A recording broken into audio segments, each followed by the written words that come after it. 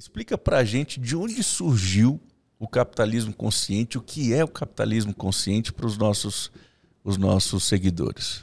É uma história muito interessante, né? Porque o capitalismo surgiu, o capitalismo consciente, né? Essa filosofia surgiu sem querer, né? O Raj Sisodia, que é o acadêmico desse movimento, o que ele fez? Ele morava na Índia e trabalhava lá como um bom engenheiro no chão de fábrica. Aí ele falou, por que esses caras estão trabalhando no ar-condicionado? Porque eles têm MBA. Opa, fez MBA e começou a trabalhar no ar-condicionado. Aí ele descobriu que você podia receber dinheiro para estudar um doutorado. Aí ele foi estudar um doutorado.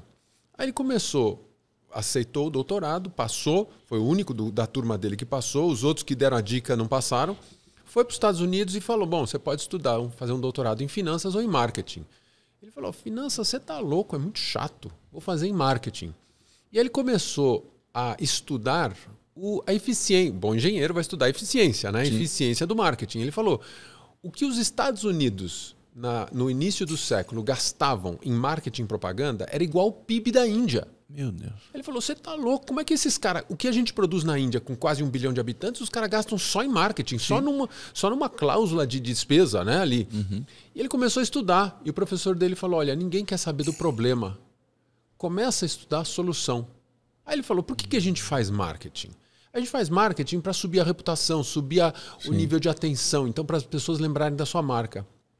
Ele estudou 60 marcas de alta reputação, 30 gastavam muito dinheiro em marketing e promoção e 30 não gastavam nada. Caramba. Aí ele começou, por que essas 30 que não gastam dinheiro em marketing têm alta reputação? Aí começou a perceber que todas elas tinham uma causa muito forte. Ele chamou de propósito. Hoje a gente chama do princípio do propósito evolutivo, porque a gente precisa ir atualizando. Ele percebeu que essas empresas olhavam todo o ecossistema, não só a cadeia de valor. Eles se orientavam ao ecossistema, aos stakeholders, não só ao acionista.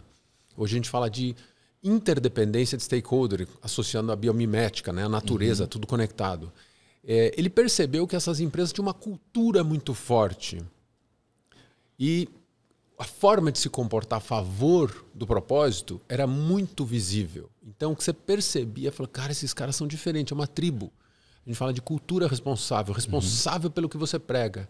E, por fim, a gente começou a perceber que ele percebeu que sempre tinha um líder muito carismático, muito forte, muito presente, muito atuante, né? E surgiu a ideia da liderança de cuidar, que nem o Simon Sinek fala, né? Que o líder que cuida da equipe, a equipe cuida do resultado. E aí, como não podia ficar nisso, ele percebeu essa consistência de comportamento de 4 princípios presentes nessas empresas. Ele fez o seguinte, vamos olhar o desempenho financeiro dessas empresas. Você pode só repetir os 4 princípios? Primeiro é ter um propósito claro, uma causa, por que você existe. Né? Vai anotando aí, ó. Primeiro ter um propósito claro, uma causa do porquê você existe. Né? Isso a gente está falando da pessoa jurídica. Pessoa jurídica, exatamente. Porque todo mundo que... Você vai fazer um paralelo aqui. Todo mundo que começa a empreender, não começa a empreender porque vai ganhar muito dinheiro. O dinheiro, o resultado financeiro é consequência. Exato. Você empreende porque você acredita que pode fazer melhor. Exato. Né? 17 anos vocês estão acreditando que vocês podem fazer melhor e continuam fazendo melhor porque continua crescendo. Mas um detalhe, quando eu comecei a empreender, que eu sou fundador, eu queria ganhar um pouco mais. Isso. Né? Então a gente começa com esses instintos primitivos, né? Da sobrevivência, da necessidade. Né? Estou só explicando para que você que está começando agora não se sinta mal. Tá? Porque, é claro, você tem suas necessidades, você precisa aumentar a sua renda, a sua receita, tem seus instintos primitivos, mas entenda que o lugar para onde você vai é muito mais nobre do que pagar as contas. Continua. Então, esse é o primeiro o princípio. Essa né? causa nobre. É a causa nobre. A segunda é reconhecer que o seu negócio só vai existir se o cliente acreditar em você, o primeiro colaborador, o primeiro fornecedor. Então, a interdependência. Seu sucesso depende do sucesso do seu cliente. Legal. Hoje, o MedMais está aqui porque todo o ecossistema, o cliente, está funcionando para o cliente. Sim. Então, o cliente continua e você continua crescendo, você continua expandindo. Então, a gente reconhecer que o nosso sucesso não é isolado. Eu não posso tirar de todo mundo e achar que eu vou ficar bem. Todo mundo tem que crescer junto comigo. Exato. Inclusive o nosso vizinho, porque se o vizinho não está feliz com a nossa presença, se prepara que vem pedra no telhado. Inclusive o nosso concorrente. Exatamente. Né? Ele também faz parte desse ecossistema. Exatamente. Né? E a partir disso, você começa a criar um movimento. Porque todo mundo começa um negócio sozinho, com 2, com 3, 4. A hora que você começa a crescer, você tem que começar a pensar como é que essas pessoas vão se comportar a favor da sua causa. Qual é a cultura que você vai criar? Qual é o ritual? Como é que a gente celebra os nossos sucessos? Não é só celebrar a primeira sexta-feira do mês, os aniversariantes. Celebra o resultado da empresa, os valores que são importantes para a gente, o trabalho coletivo, o que é importante. Então, esses rituais têm um poder tão grande que tem... Imagina que muita gente que escuta a gente tem tatuagem. Que tatuagem você tem? Não é a tatuagem do seu primeiro celular, não é a tatuagem do seu primeiro fast food que eu comi, fiquei marcado. Uma tatuagem é uma conexão emocional. Sim. Imagina uma empresa que o cliente tem a tatuagem da sua marca, o funcionário, o fornecedor e o prospect. Ainda não consumi, mas já estou pronto, eu tenho a tatuagem. Que legal. Harley Davidson. Verdade. Não é poderoso isso? É uma tribo. Símbolo, né? É um símbolo, é uma tribo. O dia que a que sua todos cultura... querem fazer parte. Isso. Né? O dia que a sua cultura for tão forte que as pessoas se tatuam fisicamente, a gente tem a possibilidade de tatuar emocionalmente um colaborador, um cliente, né, da forma que a gente opera. E tudo isso parte do líder. Porque sem liderança isso não acontece. Que legal. Então esses são os 4 princípios. Um líder inspirador, né? Exatamente. Você está ali que a pessoa olha, eu quero ser que nem você. E a coisa que é tão importante assim, o seu comportamento é o exemplo para todo o seu grupo, para todo o seu ecossistema. Se você focar só no dinheiro, o fornecedor vai focar só no dinheiro, não vou te entregar mais. Vou te entregar o mínimo. O colaborador, vou focar só no meu salário, vou te entregar só as horas que a gente combinou. Acabou aqui, eu desligo. Meia hora antes eu já desliguei. Então o cuidado que o líder tem como exemplo do que ele está criando, o dia que o líder desengaja, é melhor vender.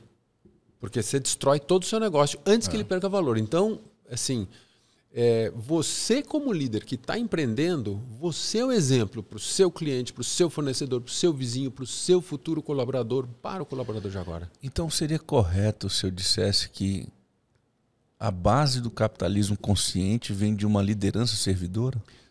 Exatamente. Porque é servir, né? É servir. Esse é o mais profundo propósito humano. A gente não vem para consumir.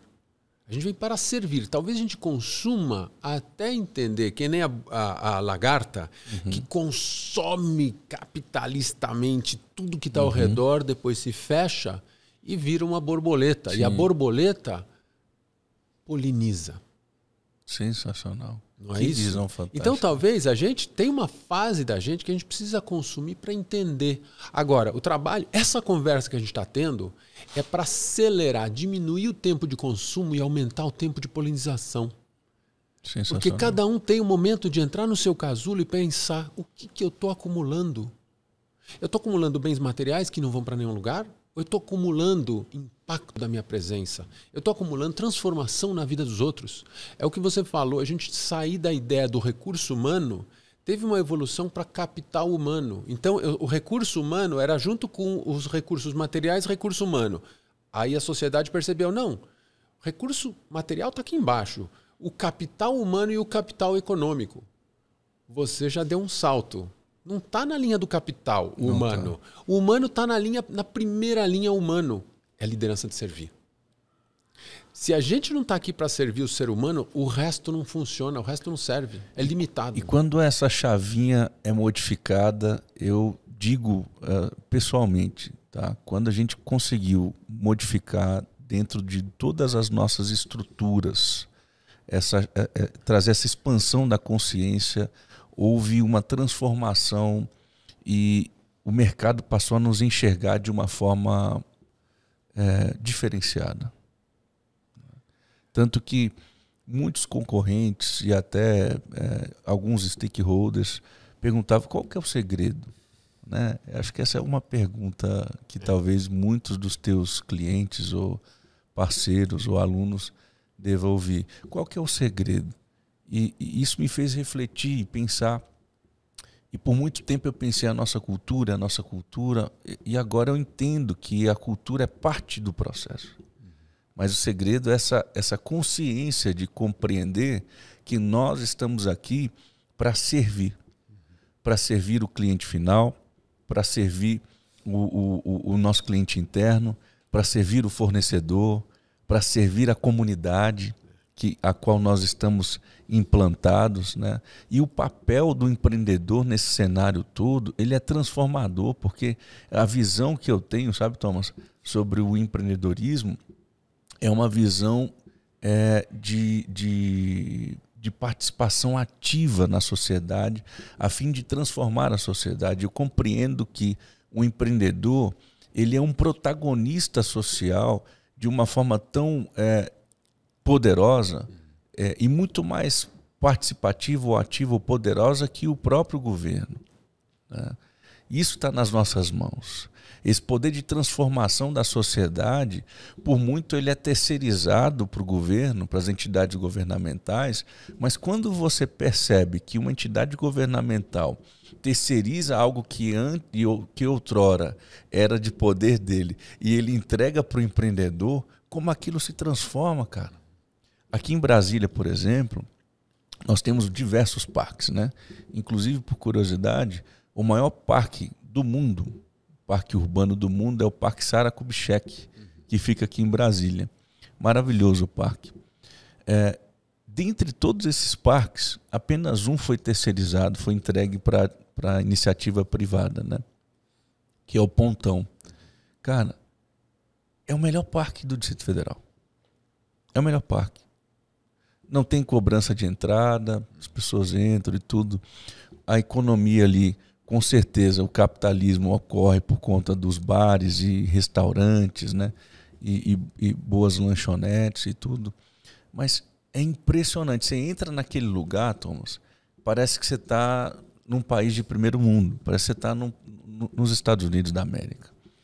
É tão bonito isso que você está compartilhando agora, porque a gente não pode achar que a privatização ou a estatização são soluções definitivas. Não é um ou outro. O governo precisa ser grande e precisa ser pequeno ao mesmo tempo. Imagina se hoje a gente tivesse a telefonia estatal ainda. O telefone custava $10 mil. $10 mil, quem não sabe, é R$50 mil uma linha de telefone. A privatização do sistema telefônico do Brasil foi o maior projeto de inclusão social do país, que o país já teve. Hoje a pessoa não sabe ler nem escrever, ele consegue empreender com o WhatsApp, escuta o áudio, se vier texto ele transforma em áudio, escuta e responde em áudio. Então ele tem trabalho. E o que você falou, o empreendedorismo é a ferramenta de maior sucesso da humanidade de tirar as pessoas da pobreza.